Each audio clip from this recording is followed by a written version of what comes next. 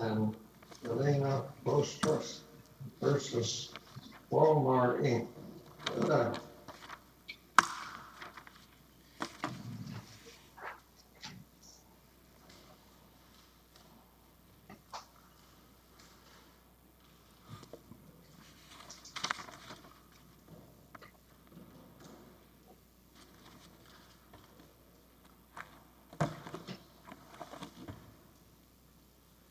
Mr. Taherzadeh? Yes, Your Honor. Thank you. You're first. Thank you. Thank you, Your Honor. May it please the Court, Taherzadeh for the Appellants and Plaintiffs. This is a summary judgment case from the Southern District of Texas. Interestingly, like most diversity cases, the state law is sort of settled. The issue is the application of Rule 56 in this case.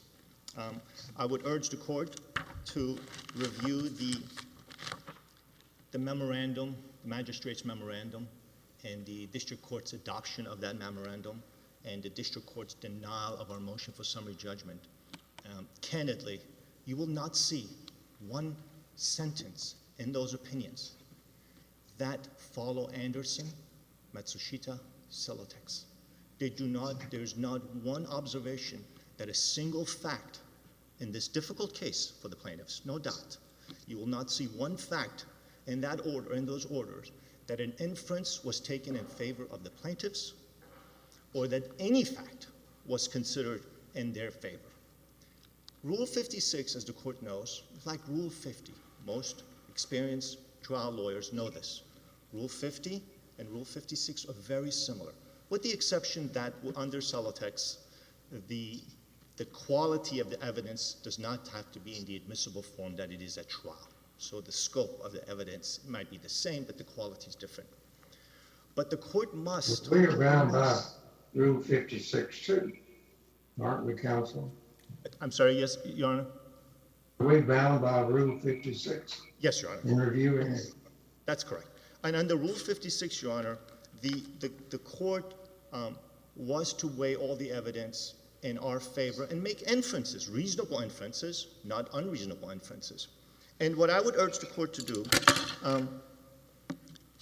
when I look at the Court's opinion below, as the Court knows, the Court, for example, observed, this is record site 835, based on the video evidence, the uncontroverted deposition testimony, the police camera footage, and the itemized list of stolen items, Walmart employees Dela Cruz and Rock had a reasonable suspicion that plaintiffs were attempting to steal property.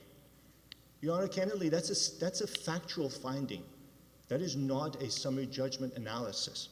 The Court goes on, whether or not Huynh was actually attempting to steal merchandise is not determinative.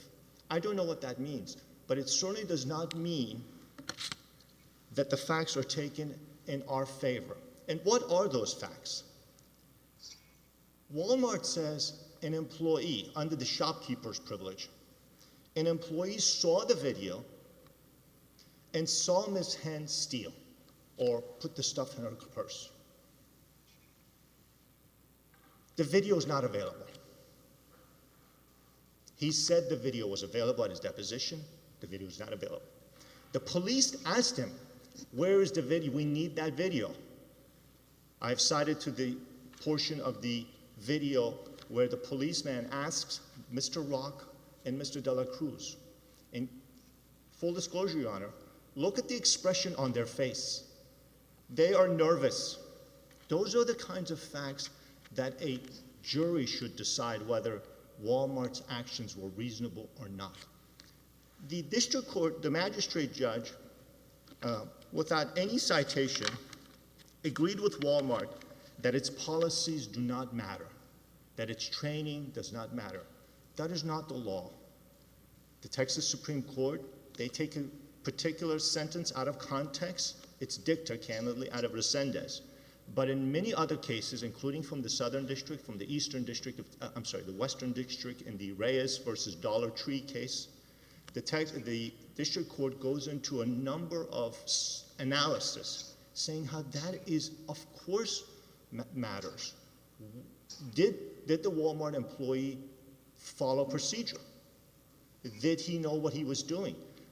We cannot assess reasonableness without considering who the retailer is. This is Walmart. Many of the cases we're looking at involve Walmart because Walmart has defined policies to prevent the kind of thing that happened in this case.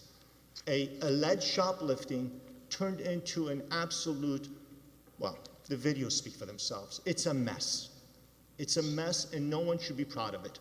But the important thing, the district court did not care.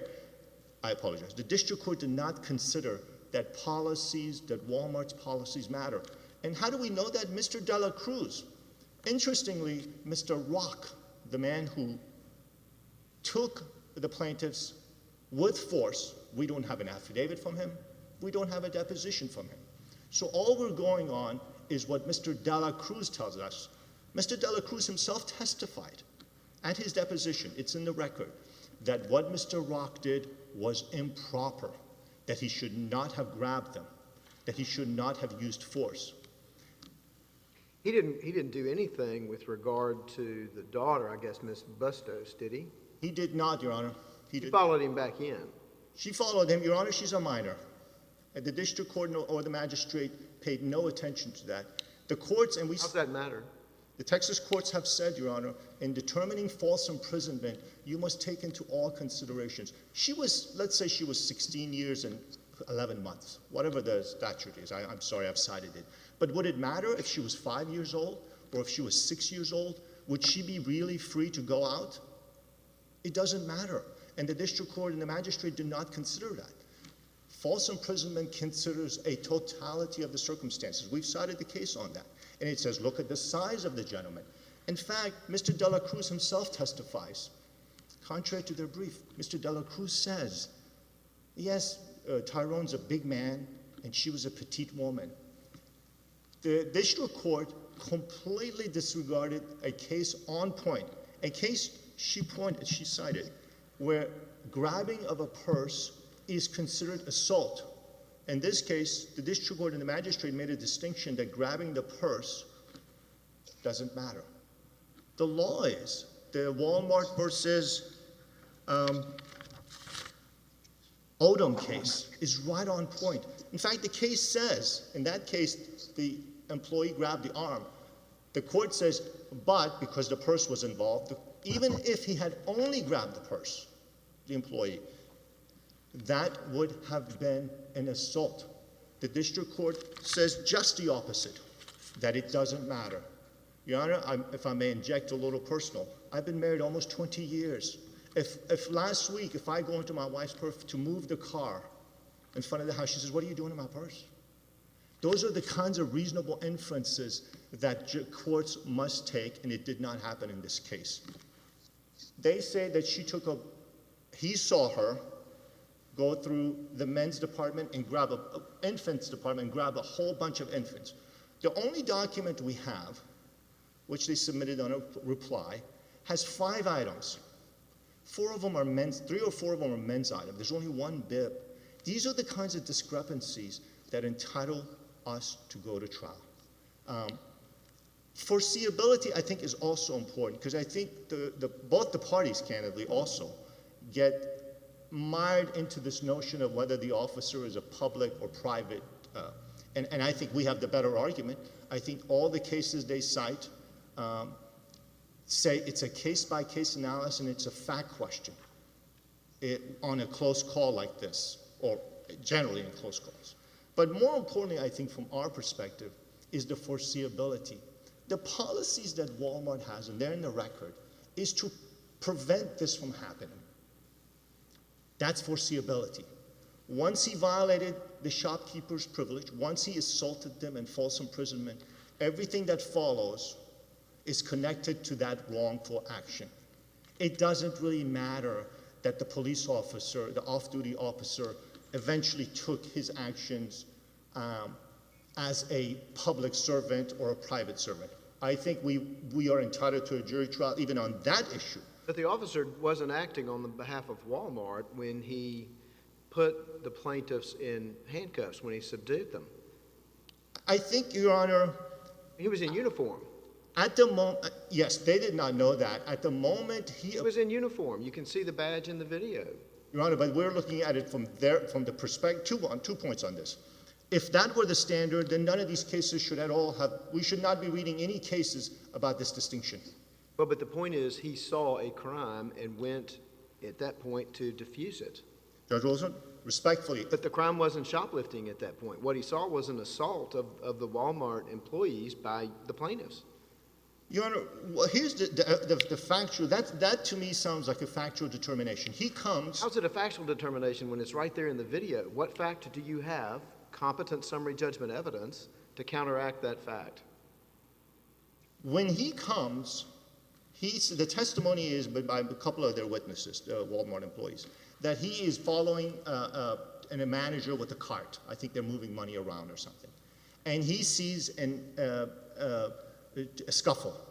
One, there is nothing in the record that shows he knows who Rock is. Nothing in the record. He sees a scuffle, and he intervenes. But how is that different than, Your Honor, any security guard? If a security guard is working at Walmart or Target and they see a scuffle, don't they get involved? Well, but this is an off-duty policeman, and the law says that he becomes an on-duty policeman once he goes in to see, he witnesses a crime. I think the case. He doesn't have to know who Rock is. I think that the issue is, and one of the cases they cite is Mansfield. In Mansfield versus the city of, I believe, Austin. In that case, the court cites a number of cases because of this question. And what the court said, there's a ton of cases that say it's not so straight, clear cut, even in the case of a police officer. And the issue is, in a lot of those cases, Your Honor, if the police officer had on his own approached them, let us step back. If the police officer, if Mr. Rock had called, the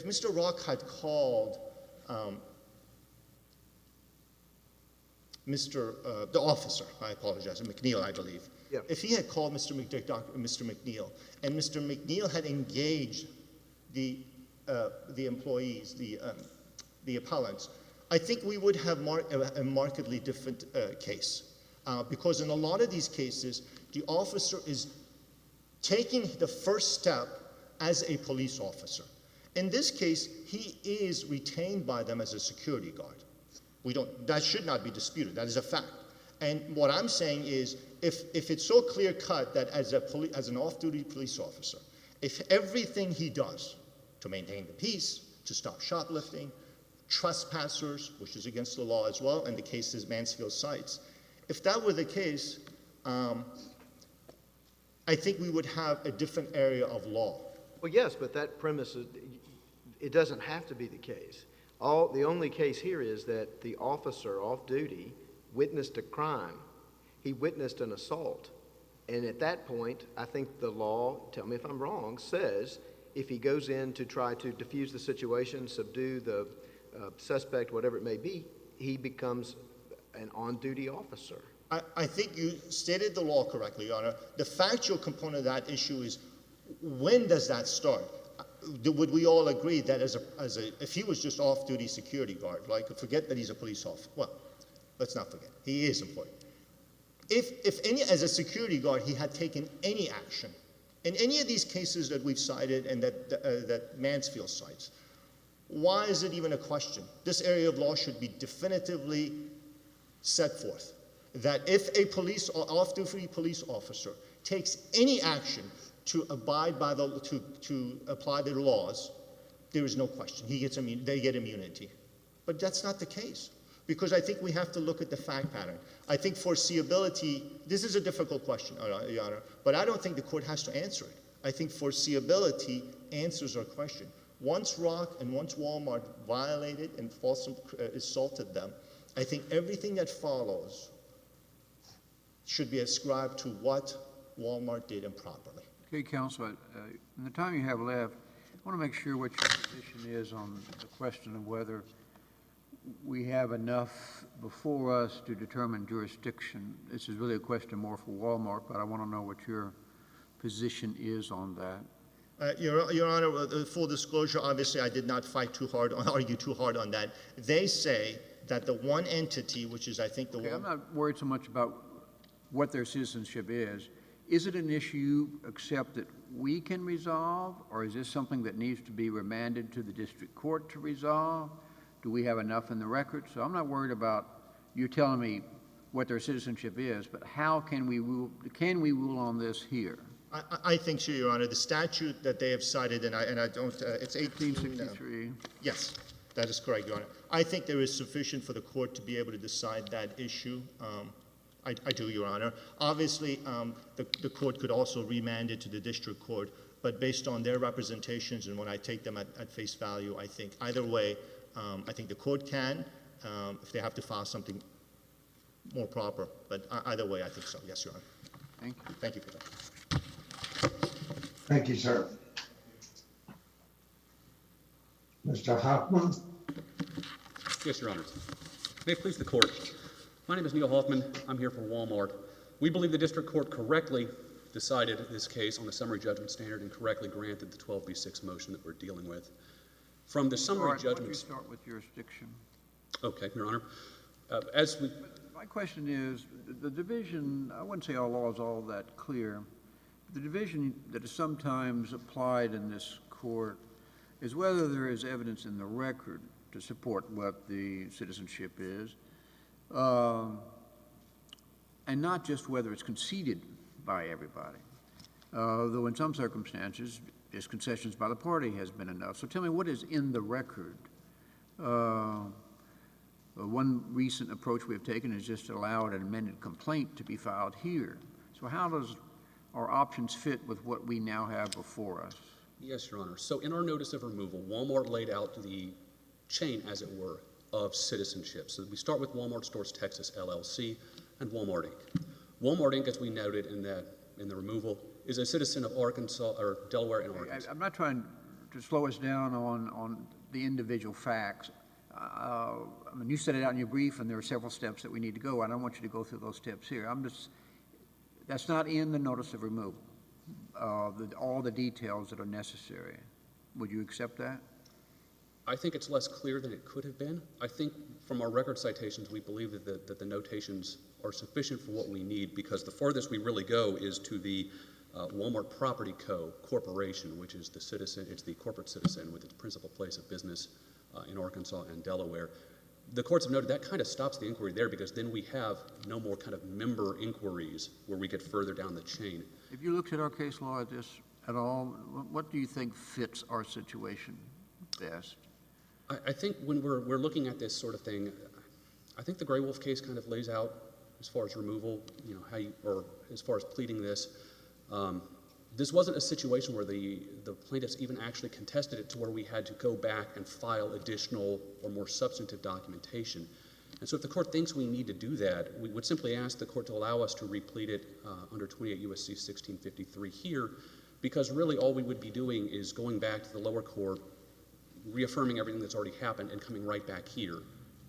That seems to be the most efficient way to do it. If the court feels like we need actual documentation, we can get an affidavit from a Walmart corporate individual laying out the chain. We can get documentation.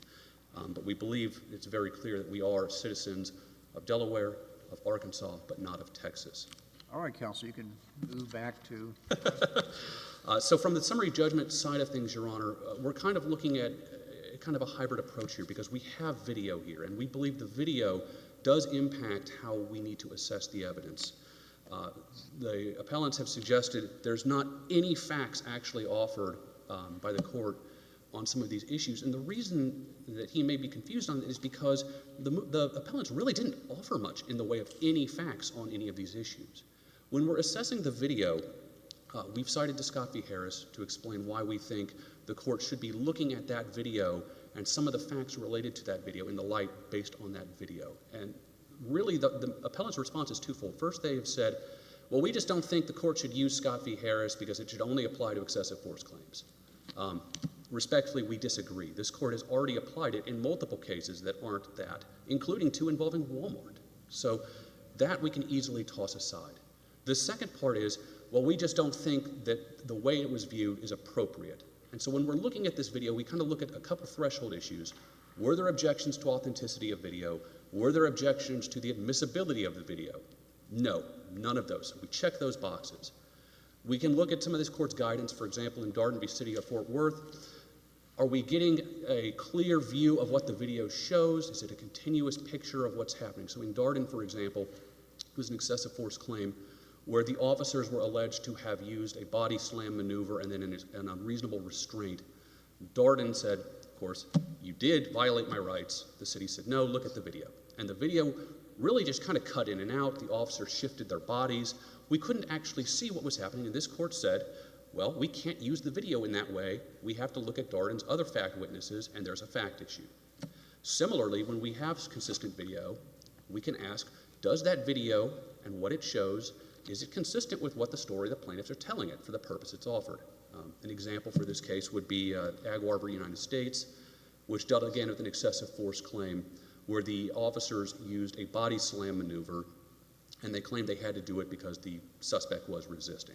Counsel, what do you do with the Odom case? I mean, here it seems to me that the video's clear, full color, and the question really comes down to whether, I can't remember which offhand, but when the Walmart personnel, went in front of her buggy and then pulled her by her purse, she wouldn't let go of it, but pulled her back into the store.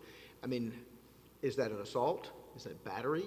Is it enough of a question to take Walmart's personnel out of the shopkeeper's privilege? We'd say no, Your Honor. Why so? Tell me what you do with Odom. Well, first, it's important to note, the plaintiff never actually raised any issue with Odom at any time in this case, up until their reply brief here. They never argued to the district court, for example, well, Odom says you can't use the privilege in this way. They never contested the use of the privilege in this manner. Even if we were to look at that issue, though, in Odom, what happened is kind of a two-part inquiry. Reasonable belief inquiry, reasonable manner inquiry. And the court said under either framework, this isn't an appropriate shopkeeper's privilege situation. For reasonable manner, as Your Honor pointed out, Judge Wilson, what happened in Odom is the store associate sees the plaintiff walking out of the store and just grabs her. No conversation, no communication, no nothing. Just grabs her because she thinks this person might be doing something wrong. That's what Odom is. And the court said, first, you don't even have a reasonable belief that this person was doing anything.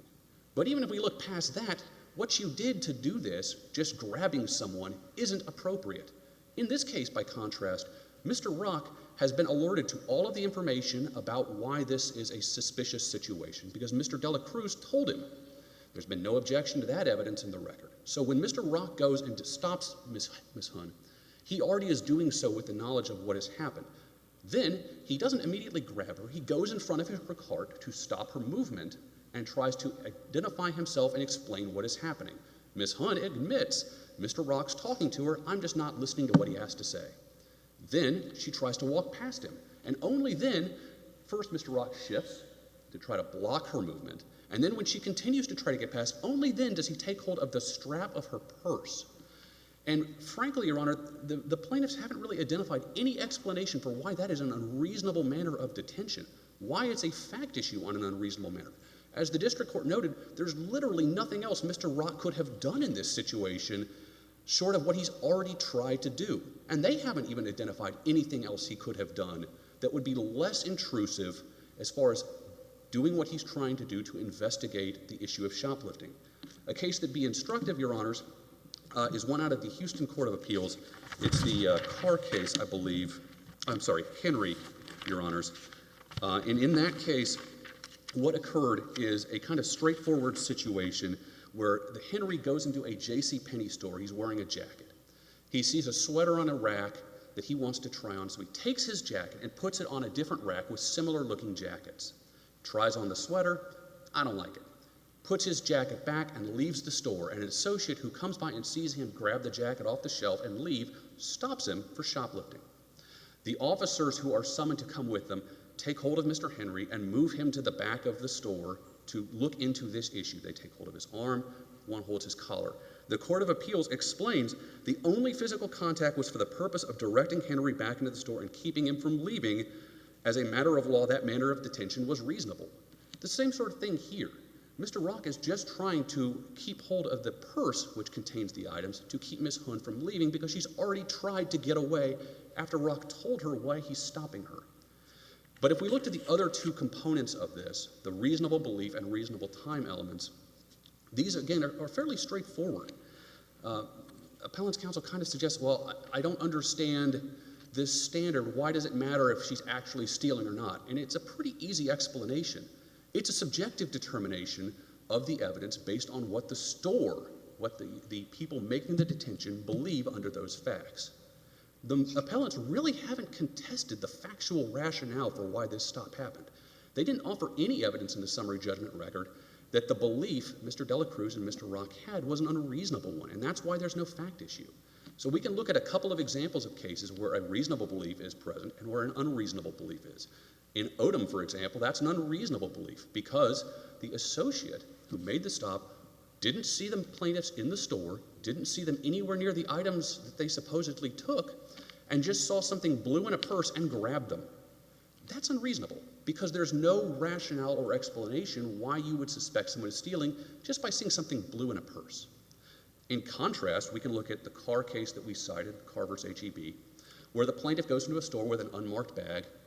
He's got some items in it. No one sees him go in with the bag, and when he tries to leave, the security scanner goes off, recognizes the tag in there. So they stop him.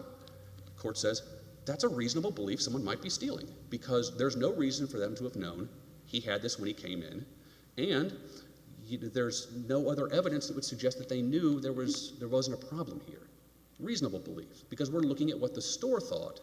Similarly, in Resendez, the Texas Supreme Court case, the security guard saw the plaintiff eating from a bag of Walmart-marked peanuts, throws the bag away, doesn't pay for it, and stops her as she's leaving the store. Reasonable belief, because, again, we're looking at what the reason for the stop was, and is that enough, is that reason sufficient to justify a belief someone's stealing? Another unreasonable example, we have the Saladivar case out of San Antonio, where the plaintiff was suspected of stealing sunglasses, and there was no evidence that the plaintiff was ever near that rack, that the plaintiff, that anyone actually saw her trying on sunglasses, carrying them through. And so when we look at the evidence in this case, the only thing that the plaintiffs even pointed to is a statement from Ms. Huynh saying, there wasn't anything in my purse I didn't pay for. That's it. Nothing to explain why what Mr. Dela Cruz claims he saw was an unreasonable belief that she was stealing or attempting to steal. The next component then is reasonable time. As a matter of law, we know that's present here because we have the video, we can see how long it took. The entire thing took no more than 9 minutes and 44 seconds under the broadest interpretation of what happened. The Texas Supreme Court has said a detention of 10 to 15 minutes, reasonable as a matter of law.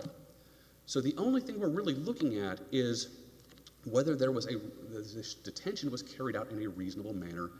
And from the video, we can see what happened. We can see that it was, and it's not a fact issue at this point, because there's nothing in the record to explain why this wasn't reasonable in the way it was carried out and conducted. Again, nothing even saying what they could have done differently. The only thing the plaintiffs really tried to offer was either irrelevant matters, for example, Ms. Bustos' age, which isn't anything even touching on anything. They offered that evidence to explain Ms. Bustos didn't consent to a detention. Walmart didn't move for summary judgment on consent. We moved on willful detention, and we said, we didn't detain her at all. Her age doesn't matter because she was never stopped one way or the other. Similarly, when we're looking at the evidence, the plaintiff's primary fixation is on policies and procedures, but none of those policies set the standard of care. The breach of any of those policies don't establish liability. Texas Supreme Court made that very clear in the Resendez case when a plaintiff tried to do exactly what Ms. Huynh and Bustos have tried to do. And none of those policies even actually apply to what happened here. For example, they said never pursue a fleeing suspect. There's no evidence anyone was fleeing. They cited a policy about, what you need in order to stop someone. Mr. Dela Cruz's affidavit established all those components. As we laid out in our brief, there's actually no evidence in the record showing any policy violation, even if this court were to presume policies set, established, or the standard of care, or that breaching them created a fact issue. The primary case they tried to cite in their reply was the Garcia versus Walmart case, where they said, well, this court has held that policies always create fact issues. And that's not actually what this court did in Garcia. Garcia involved a question of notice in a premises liability, a slip and fall. It involved a floor scrubber and a plaintiff who claimed she slipped on slippery liquid. The plaintiff offered the video and offered the policy to show that the floor scrubber would create slippery liquid on the floor when it passed, and if it stopped over areas, liquid would pool. The policy said that's what happens from this type of scrubber, and so the court looked at those and said, this is consistent with the notice argument, that is, that you created the substance she slipped on, because your policies say this is exactly what happens. You're using slippery liquid. It puts liquid on the floor if it stops. Fact issue on notice. That's not what we have for this type of case. And this carries over to every cause of action we're dealing with. For example, Ms. Huynh's assault claim, basic assault, the video shows no one ever touched her physically to cause her a bodily injury. She didn't offer any evidence that she suffered one. There's no fact issue there. For negligence, they were just simply trying to pass off false imprisonment claim under negligence, and even then, there was no fact issue. This carried over every time, over and over and over. Similarly, when we look at the officer's component of it, there seems to be some confusion on the plaintiff's side as to how that worked. It's a very straightforward inquiry. This is first a distinction because we have a police officer, not just a random security guard. And when we're looking at this, the reason there are public and private duties is because officers have to be able to uphold the law when they're doing this. As the record evidence shows, Officer McNeal responded to a request for assistance because there was an altercation at the front of the store. There's no evidence in the record that he's actually trying to protect Walmart property or even knows this is a shoplifting stop. Even if there was, it doesn't matter. And the illustrative case I think you can look at is the Ogg versus Dillard's case. In that case, the plaintiff tried to return a wallet at a Dillard's store. And when the store associates looked into that, they saw that the credit card that had purchased it had been manually entered. There were other concerns with it. And so they called and got the law enforcement officer who was working as a security guard to look into the issue of whether there was fraud. And so the officer approached and stopped the plaintiff to investigate that issue. Again, in that situation, he's responding to a situation to basically protect assets. And the court said that doesn't matter. If he's looking into a crime, if he has reasonable suspicion there might be a crime, if he sees a crime, he's got his public hat on. In this case, it's even clearer that he's performing public duties because when he approaches, he sees Ms. Bustos attacking Mr. Rock. The video shows within a 2-second period, she's throwing a punch at Mr. Rock, she's kicking at him, and the officer is walking right up from the bottom. Both Ms. Huynh and Ms. Bustos admit that's exactly what was happening when the officer approached. And so when he's responding, that public hat is on. And this isn't a quote, immunity case like the plaintiff suggests. It's a vicarious liability respondent superior situation, and that's why it matters. Because they want to sue Walmart for what the officer did. There's nothing that said they couldn't sue Officer McNeal if they chose to, but they didn't. They wanted to sue Walmart. That's why the difference matters. So in this situation, we can basically carve out the officer. Walmart should not be responsible for him. And so the only question then is Walmart have any fact issue for what Mr. Rock or Mr. Dela Cruz did? I think the video, again, is very clear that when we see what is actually happening and the evidence the plaintiffs try to offer, there is no way you can view that video and find any fact issue with what the evidence in the record is from the plaintiff's side. From the standpoint of Ms. Bustos, the video clearly shows no one from Walmart did anything to her.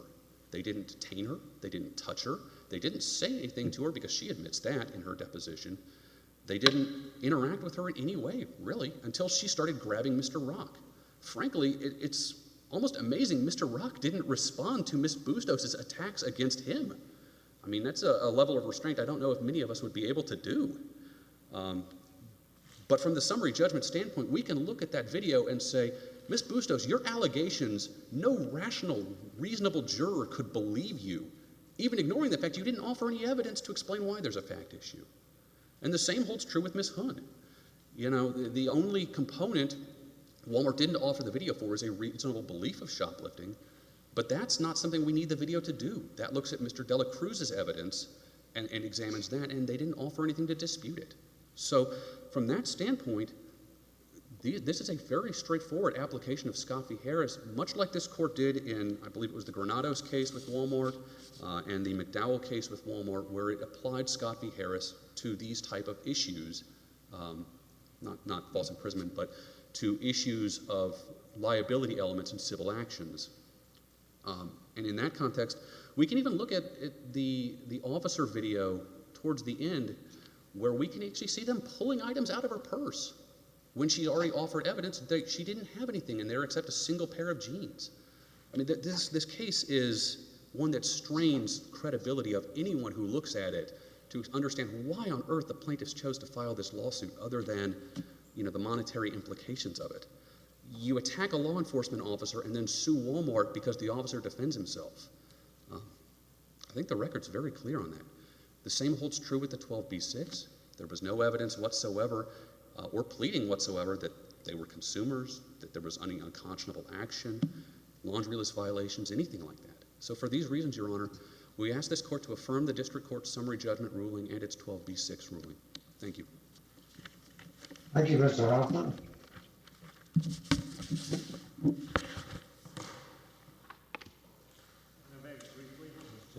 Taherzadeh, Thank you, Your Honor. May it please the court? you have only 5 minutes on the vote. Thank you, Your Honor. Thank you. Unmasked? I'm so sorry. I apologize. Your Honor, a couple of issues that I'd like to address. Lastly, they finished with credibility because their assessment of the case overall. That's our point.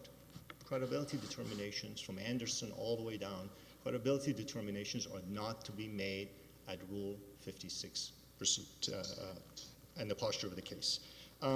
The subjective aspect of the case really, of the shopkeeper's privilege really sticks out to me. Your Honor, we are applying the Texas legislature's statute, 124.001, the shopkeeper's privilege. I don't mean to be flippant, but if they have an issue with that statute, Austin is the place to go to change it to subjective. It doesn't say subjective. It says reasonable. If it was just subjective, then why have we had all these cases filling up the court reporters with cases after cases, including, for example, Grant versus Shop and Go from the Houston Court of Appeals, Dillards versus Silva from the Supreme Court, 2004. If it's all subjective, then a first-day employee at Walmart or Target or any other store could say, I saw Johnny steal. I saw Johnny kick that old man down the aisle, and they get off scot-free. It defies the law and common sense to say it is subjective. All the circumstances of the case and the record must be considered. And in this case, the record is scant. There's no video, there's suspicious things missing, inconsistencies. The Grant case versus Shop and Go really hones in on that. Those inconsistencies are important to the determination.